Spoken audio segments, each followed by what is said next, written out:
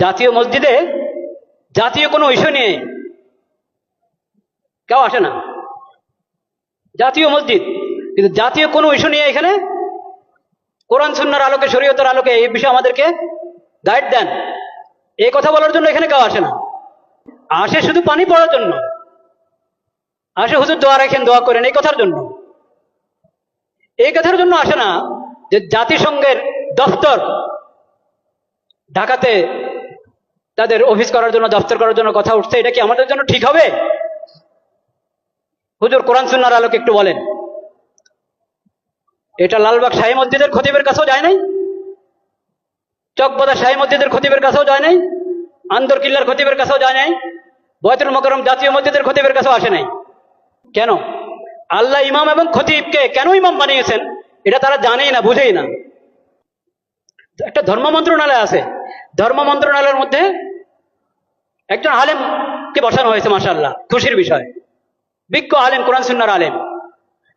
তো যে কোনো বিষয় দেশের প্রথমত ধর্ম মন্ত্রণালয় থেকে অনুমোদন নিতে হবে, ধর্মীয় দিক থেকে এখানে আপত্তি আছে কিনা, এই বিষয়ে ধর্মের নির্দেশনা কি, ওখান থেকে প্রথম অনুমোদন নাও, তারপরে অন্য ফয়সালা, অন্য মশওয়ারা।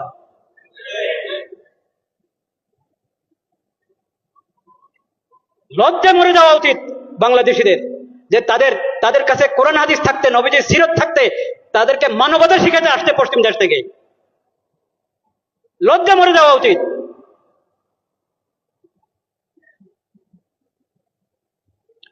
আমরা আল্লাহকে সাক্ষী রাখছি, আমরা এসব অপকর্মের সঙ্গে বিলকুল আমরা সম্পর্কযুক্ত না।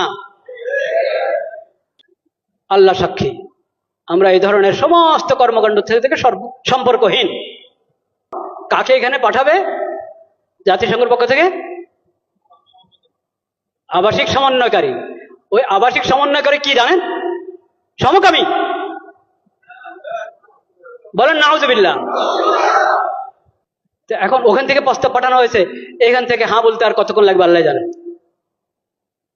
যদি বিবেক থাকে, যদি বর্তমান সরকার ভালোই তো করছিল, অনেক কাজ তো ভালোই করছিল, সুন্দর করছিল, এই শেষ সময় যদি নিজের ইজ্জত রেখে যেতে চায়, তাহলে তাদেরকে এই দপ্তর এর ফয়সালা উদ্রহ করতে হবে এবং এই ধরনের এই বিকৃত মস্তিষ্ক লোকদেরকে, বেহায়া বেলাদা লোকদেরকে এই দেশে আসার অনুমতি দেওয়া থেকে বিরত থাকতে হবে। শেষ সময় নির্বাচনের ঘোষণা করে এখন নিজের ইজ্জত নষ্ট করবেন আপনারা?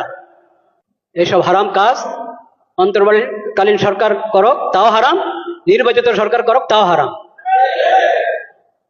যেই করক এসব কাজ হারাম। ঈমান রক্ষা করো, ঈমান রক্ষা করো, চরিত্র রক্ষা করো।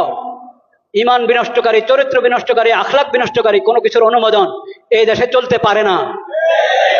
এটা তাওহীদের জমিন। আল্লাহ তাআলা হেফাজত করেন।